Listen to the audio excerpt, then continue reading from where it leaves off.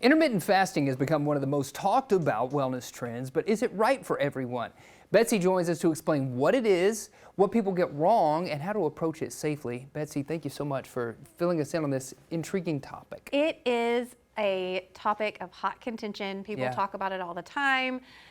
They don't really understand it. Right, so for the folks who maybe have heard the term but are unclear about what it means, can you explain that a little bit? So fasting is just a time when our body is not ingesting calories so that it can go from using the energy to ingest calories, now using that energy and expelling it. So we're ingesting or we're taking out. Sure.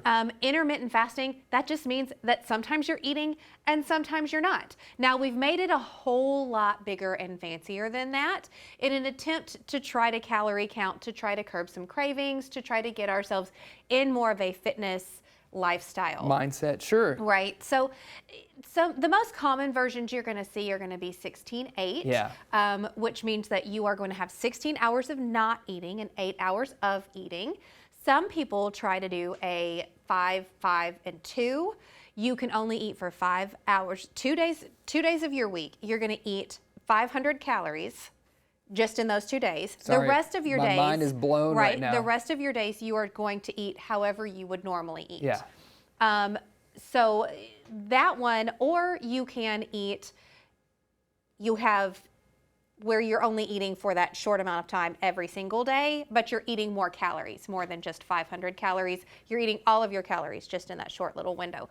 Here's the thing people mess up with. Okay. I want you to look at this graphic. Fasting. This is the time that you're not eating. Okay. Right. That's actually not super hard to do if you are an active, busy person. Yeah. The problem is that in your eating window, in that small window that you're eating, you have to get breakfast, lunch, dinner, and all of your snacks in there all of your nutrients, all of your macros, all of your... So what ends up happening is oftentimes people overeat, massively undereat, or they're eating the wrong things in an attempt to try to get all of their calories and protein in. They lean heavily on supplementation. So this is all about, I mean, let's face it, it's about weight loss, right? And making yourself look good. So it is. Does fasting, intermittent fasting even, mean that we're automatically going to lose weight during that? Absolutely not. Okay. Absolutely not. There are benefits to intermittent fasting. They are the exact same as the potential risks to intermittent fasting. Okay. If you are intermittent fasting and your body does not like it, it's not going to help your cortisol. It's actually going to spike your cortisol. If your body cannot control its blood sugar properly, rather than maintaining a solid blood sugar, you're going to have blood sugar spikes, which are going to cause your body to hold on to weight because we're going into fight or flight. And again, you are still having to consume all of the calories that your body actually needs for the day, but you're doing it in a much, much smaller window. So you are a whole lot more likely to overeat and or undereat, and undereating causes you to hold on weight as well. Okay, so so what's the sweet spot and what's the answer to folks who are holding on to weight? Yes. They want to lose the weight. They think intermittent fasting might work. It doesn't help them because it spikes their cortisol. What do we consider? The best thing if you really need to lose weight, one, talk to your doctor, but really actually pay attention to every single calorie that goes into your body. And if that means that you need to get one of those calorie counter apps, that's great. You can keep a notebook.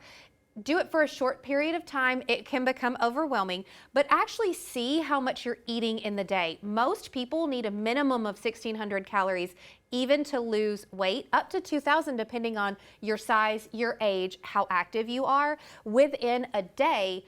And you will still be losing weight. You are in a calorie deficit at that point. Yeah, that's fascinating. What's the first step for somebody that's curious about intermittent fasting? For someone that's curious about intermittent fasting, do your research and start small. Okay. Maybe you usually stop eating about 8 o'clock and you eat at 8 o'clock in the next morning. Maybe stop eating at 7 and eat at 8 o'clock the next morning, or move it the other way. See how your body adjusts. Give it some time. Keep adding a little bit more time, and don't expect it to be a super long-term thing.